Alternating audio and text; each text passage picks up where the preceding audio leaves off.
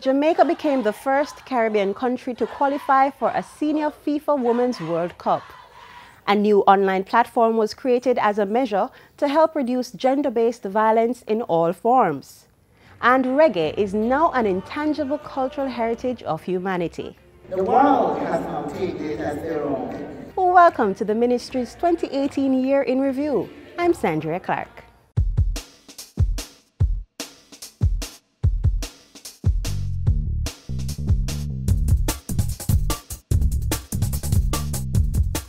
Among the developments in the entertainment and culture realms was the Jamaica Creative 100 program, being formed to give funding support to small business entrepreneurs. Similarly, 20 entrepreneurs from communities in the Blue and John Crow Mountains received $1 million in grant funding to enhance their businesses. We will be providing similar support to groups in other cultural communities. In communities where there is a rich history, rich cultural history. The Blue and John Crow Mountains National Park also received $24 million for a new cafe and visitors center. In 2018, the Houses of Parliament approved the bill for the exoneration of our national heroes who were classified as criminals for acts to defend the freedom and liberty of Black Jamaicans. Meanwhile, busts of all our national heroes and heroine were unveiled at Emancipation Park. The life-size bronze statue of cultural icon Miss Lou was mounted in Gordon Town as part of government's plan to establish Miss Lou Square. Miss Lou now has a statue to celebrate her, and those who pass by will look up to her for inspiration and encouragement as we continue our efforts to achieve sustainable prosperity for our people. Now it's time to turn our attention to the achievements in the area of gender affairs. An entrepreneurship support project was launched to encourage and assist women to start and run successful businesses. Adolescent mothers are getting help to complete secondary and tertiary education through the A-Stream program. And 27 high school students received the Girls in STEM Award for outstanding performance in the subject areas. The involvement of girls in science, technology, engineering, mathematics, and innovation play a critical role in development and in facilitating sustained efforts to address global challenges.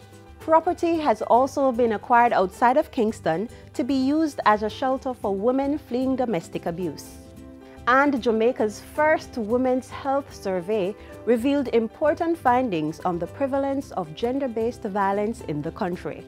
May these findings be a call to action towards ending the violence and creating a Jamaica that is safe for every woman and girl. Government also facilitated discussions on the introduction of a Paternity Leave Act to encourage shared parenting, support, and mentoring.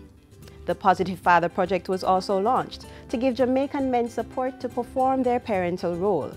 No Excuse for Abuse, a public education campaign, was launched in an effort to end gender-based violence in Jamaica. It is also very important that we do not turn a blind eye and allow others to think that we have a culture of violence here in Jamaica. Our women's bobsleigh team made history by qualifying for the Winter Olympics. The statues of modern sporting icons continue to take shape with the unveiling of Shelley Ann Fraser Price's likeness in Statue Park at the National Stadium. Shelley Ann's story is one of the many narratives of the Jamaican woman who remains steadfast in the belief in her inherent abilities, daring to step out and rise above the fray, both at home and abroad. To enhance the development of sport, a community and sports center was opened in Orchard, Hanover. The National Aquatic Center at Independence Park was upgraded at a cost of approximately $27 million. Ground was broken for an artificial football turf at the Captain Horace Burrell Center of Excellence at the University of the West Indies, Mona. One of the things that Captain was passionate about was the state of football pitches across the country.